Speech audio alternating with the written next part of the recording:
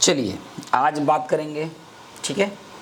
आज के इस सेशन में हम बात करेंगे कि जितने भी इम्पोर्टेंट्स कंपाउंड्स होते हैं हमारे आंकिक प्रश्नों के लिए 11th और 12th की केमिस्ट्री में, है ना, ठीक है। आज उसको लेकर बात कर रहे हैं। एक बार फिर पुनः RCC Ravi sir classes chemistry with Ravi sir आपका फिर से स्वागत करता है, अभिनंदन करता है। तो आइए बच्चों बात करते हैं कुछ महत्वपूर्ण यौगिकों के आणविक द्रव्यमान, सम इम्पोर्टेंट्स है ना, सम इम्पोर्टेंट्स कंपाउंड्स है ना ऑफ मॉलिक्यूलर मास। तो यहाँ पे मॉलिक्यूलर मास के बारे में पढ़ेंगे, जिसको मोलर सहित बोलते हैं, उसके बारे में जानते हैं। तो सबसे पहले मैं ये बता देना चाहूँगा आप लोगों की कि ये आणविक द्रव्यमान होता क्या है, इसको कैसे निकालते हैं। तो देखो सबसे पहले जितने भी एलिमेंट जितने भी कंपाउंड दिया रहेगा, उस कंपाउंड में जितने भी एलिमेंट रहता है, उस एलिमेंट के जो है ना एटॉमिक मास रहता है, परमाणु भार को आपस में जोड़कर जो है उस कंपाउंड के टोटल नंबर ऑफ मास को है ना कैलकुलेट करना ही क्या कहलाता है, आणविक द्रव्यमान कहलाता है या मोलिकुलर मास कहलाता है।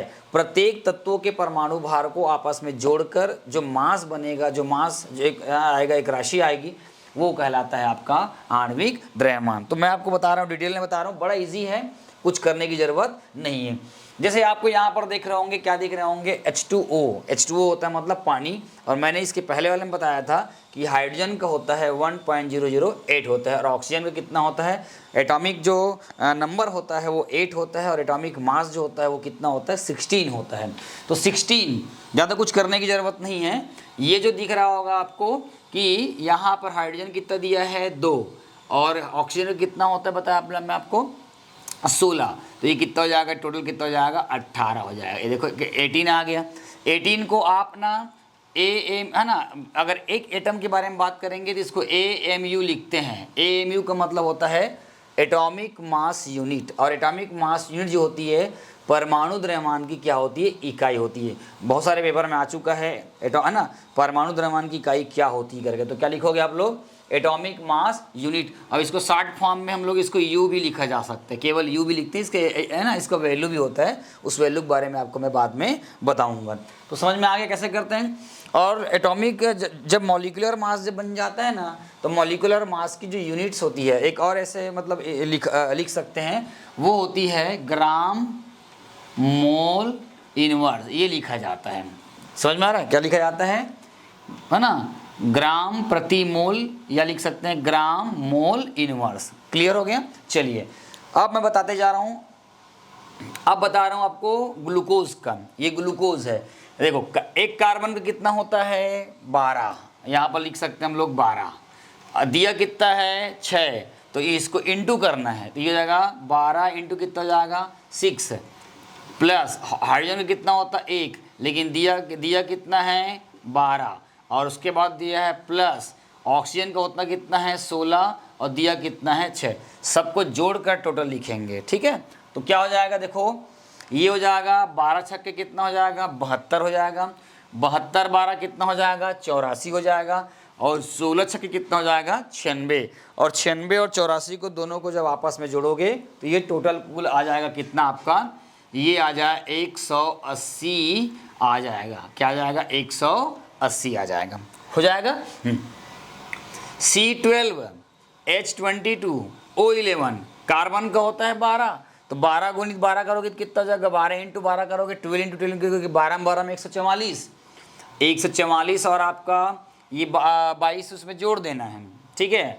कितना जोड़ देना है 22 जोड़ देना है, तो 44 22 कितना हो गया आपका 12 में 144, और आपका 154 हो गया, और 16 गुणित 11 करोगे तो कितना आएगा 196, और टोटल ओवरऑल इसको जब करोगे है ना, टोटल करोगे इसको ओवरऑल करोगे तो ये इसका आता है 342 आता है। इसको याद कर लेना है।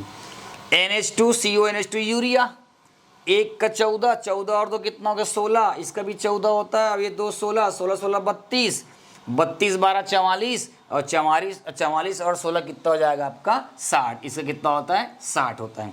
सोडियम का होता है 23, ऑक्सीजन का होता है 16, 23 16 कितना हो जाएगा 39 39, और एक कितना हो जाएगा 40, इससे कितना हो जाएगा 40। HCl का एक हाइड्रोजन का होता है 1, और इसका मैंने बताया है आपको 35 दशमलव कितना बताया 5, दोनों को जोड़ोगे तो कितना हो जाएगा 36 दशमलव कितना आ जाएगा 5। सल्फ्यूरिक अम्ल का देखिए, ये सल्फ्यूरिक अम्ल ये हाइड्रोक्लोरिक अम्ल है ना, इसमें 16 सल्फर होता है, 32 होता है, और यहाँ पे कितना होगा 16 इंटू कितना हो जाएगा 4, समझ में आ रहा है। तो 16 चौक है ना कितना हो जाएगा 64, 64 और 32 कितना हो जाएगा 96 और 2 कितना हो जाएगा 98। यहाँ पर इसका टोटल कितना आ जाएगा आपका, ये हो जाएगा आपका 98। उसी प्रकार 12, 12 3 15, 12 3 15, 15 और 12 कितना हो जाएगा 27, 27 और 1 कितना हो जाएगा 28, और 28 16 दूनी कितना हो जाएगा 32, 28 32 कितना हो जाएगा आपका 60। एक का कार्बन का कितना हो जाएगा 12 3 15, 15 और आपका ये कितना हो जाएगा 15 हो जाएगा, और 16 कितना हो जाएगा 15 15 30, 30 और 1 कितना हो जाएगा 31, 31 और कितना हो जाएगा आपका 32। एक बार और देख लो, 12 3 15 और 1 16 है ना, और 16 16 कितना हो जाएगा 32। यहाँ देखो एक कार्बन है, दो कार्बन है, एक कार्बन का कितना हो जाएगा 12, दो कार्बन का कितना हो जाएगा 24, 24 5 29, 29 और 1 30, 30 16 कितना हो जाएगा आपका 46। तो ये जितना भी लिखा है पूरा मुखाग्र याद होना चाहिए आपको, पूरा इजी हो जाना चाहिए, ठीक है। अब इसके बाद देखो कार्बन का होता कितना है 12, यहाँ पर कितना दिया 4, तो 12 4 कितना हो जाएगा 16 हो जाएगा। एक कार्बन कितना होता है 12, एक ऑक्सीजन कितना होता है 16 दूनी कितना हो जाएगा, 2 ऑक्सीजन है तो कितना हो जाएगा 32, 32 12 कितना हो जाएगा आपका 44 हो जाएगा, 44 हो जाएगा, ठीक है। नाइट्रिक एसिड का होता है 63, 16 3 48, 48 और ये कितना हो जाएगा आपका 49, 49 और 14 कितना हो जाएगा आप जोड़ सकते हो, ये हो जाएगा आपका 63।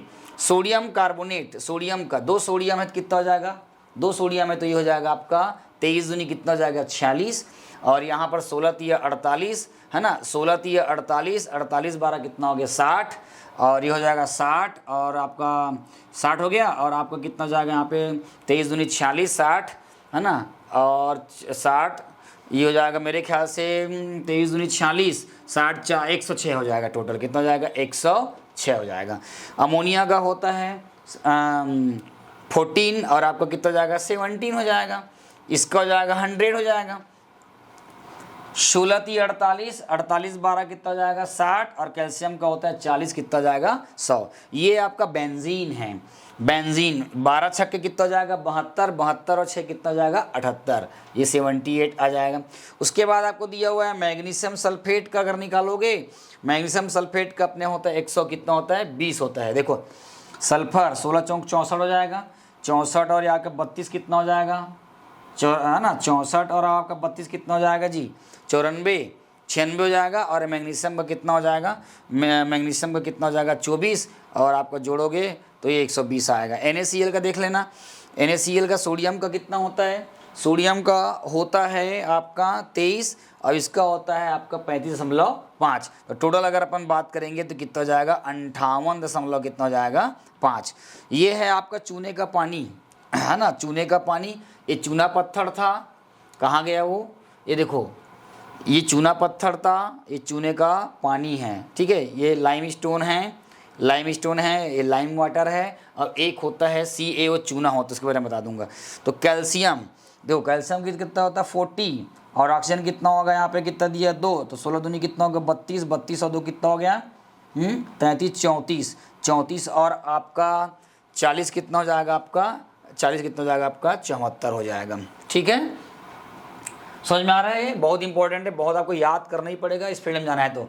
उसके बाद इथिलीन ग्लाइकॉल आ गया, ये इथिलीन ग्लाइकॉल दिख रहा है, इथिलीन ग्लाइकॉल C2H4 और आपको OH होल ट्वाइस। तो इथिलीन ग्लाइकॉल को अगर निकालोगे आप लोग तो इथिलीन ग्लाइकॉल का लगभग जो है ना 62 होता है, कितना होता है 62 तो है, निकाल के देख लो कितना हो जाएगा। कार्बन का 12 दूनी 24, 24 4 28, 28 2 कितना हो गया 30, और 16 दूनी कितना हो जाएगा 32, 30 और आपका 32 कितना हो जाएगा 62।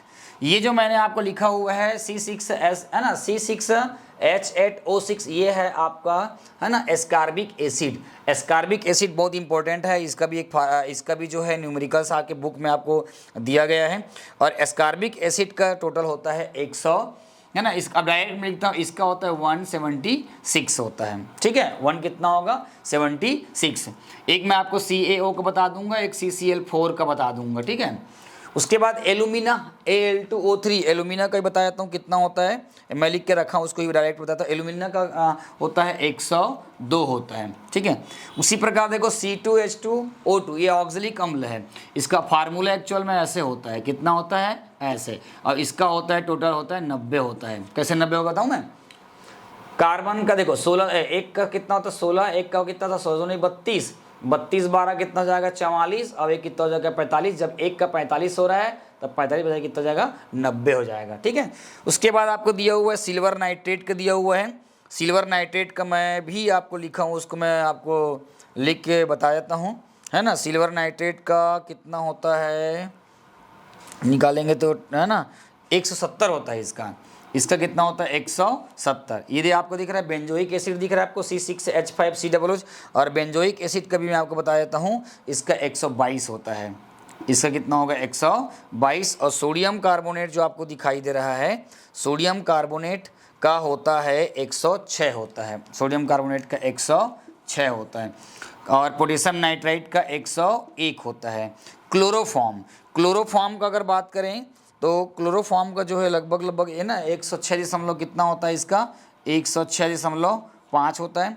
पोटेशियम हाइड्रोक्साइड की अगर अपन बात करें, है ना, पोटेशियम हाइड्रोक्साइड की अगर बात करें तो कितना होता है आपका 56 होता है। देखो चूना, मैं आपको बता रहा था चूना के बारे में बता रहा था कि ये जो CaO है चूना है, इसका कैल्शियम का 40 हो जाएगा, है ना, कैल्शियम का 40, और आपका कितना होगा 16, 40, 50, और ये इसका कितना आ जाएगा आपका 56 आएगा। उसी प्रकार CCl4 आता है, कार्बन टेट्राक्लोराइड, ठीक है, कार्बन टेट्राक्लोराइड। तो यहाँ पर कितना हो जाएगा, एक होता है 35.5, लेकिन यहाँ पर कितना दिया है 4 दिया है, तो 2 35 70, 2 35 कितना हो गया 70, तो 70 कितना हो गया 140, और आपका कितना हो गया, है ना, 142 हो जाएगा, है ना।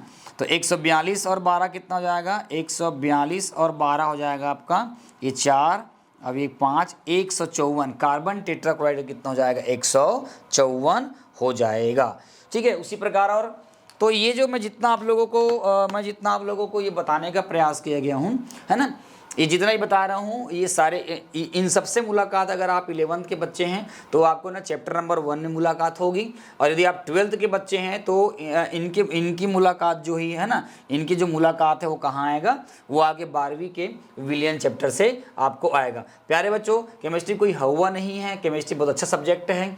देखो मैं आपको बताता हूँ, लॉजिक बताता हूँ। जिस प्रकार आप खाना खाते हो तो आपको चावल मिलता है, दाल मिलता है, सब्जी मिलता है, सब कुछ मिलता है।